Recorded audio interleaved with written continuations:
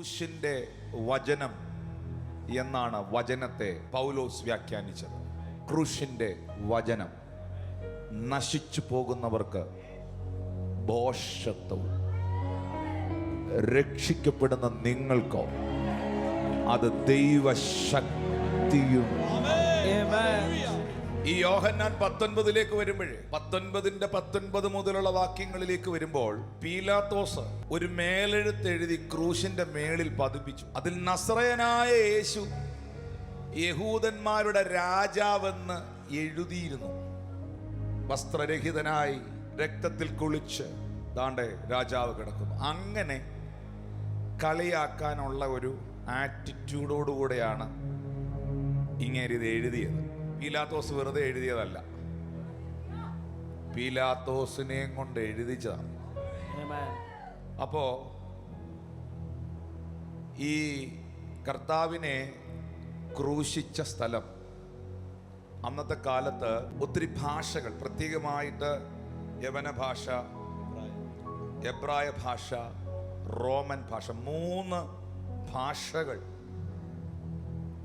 ആ പട്ടണത്തിൽ ആ സ്ഥലത്തുണ്ടായിരുന്നു. എന്ന് വെച്ചാൽ ഈ 3 ഭാഷക്കാർ അന്നത്തെ കാലത്ത് യവന ഭാഷക്കാർ, എബ്രായ ഭാഷക്കാർ, റോമക്കാർ. റോമൻ ഗവൺമെന്റാണ്, റോമൻ ആർമിയാണ്, റോമക്കാരാണ് ഭരിക്കുന്നത്. അപ്പോൾ ഈ 3 ലാംഗ്വേജിലും ഈ സാധനം എഴുതി വെച്ചു. എന്നിട്ട് അതൊരു ഈ ഗോൽഗോത്ത എന്ന് പറയുന്ന ആ സ്ഥലം, അന്നത്തെ കാലത്ത് അതൊരു ഉയർന്ന പ്രദേശമാണ്. അപ്പോൾ ക്രൂശിൽ കിടക്കുന്ന ആളുകളെ പട്ടണത്തിലുള്ള ആ ടൗണിലൂടെ പോകുന്ന എല്ലാവർക്കും കാണാം.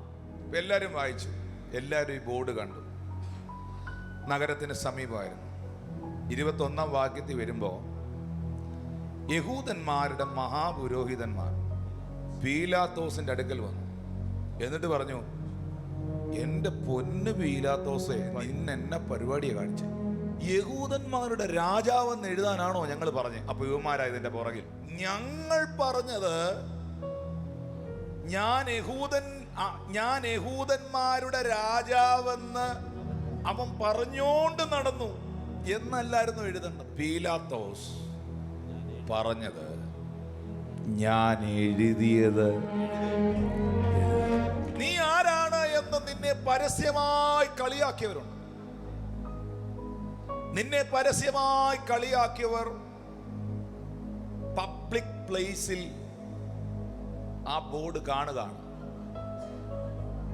അവൻ യഹൂദന്മാരുടെ രാജാവ്. ഞാൻ ഇങ്ങനെ പറയാൻ ഉദ്ദേശിക്കുന്നത്, ദൈവം തമ്പുരാൻ നിനക്ക് വേണ്ടി എഴുതിയ ചിലത് നിന്റെ ശത്രുവിനെ തിരുത്തി എഴുതിപ്പിക്കാൻ പറ്റത്തില്ല.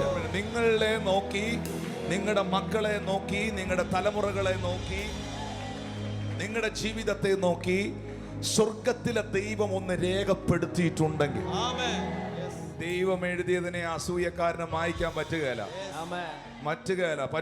നീ യഹൂദന്റെ രാജാവാണെങ്കിൽ നീ മാനവകുല, you are the king Jesus, you are the king. ഞാൻ ക്രൂശിൽ കാണുന്നത് പെട്ടയുമ്പോഴും, തകരുമ്പോഴും, വേദനിക്കുമ്പോഴും, ഒട്ടയുമ്പോഴും, ഒരിറച്ചിക്കടയിൽ മാംസക്കഷ്ണം തൂക്കിയിട്ടിരിക്കുന്നത് പോലെ എന്റെ അരുമനാഥൻ കാൽവറി ക്രൂശിൽ കിടക്കുമ്പോഴും നിന്റെ ചിത്രമായിരുന്നു അവന്റെ ഉള്ളിൽ.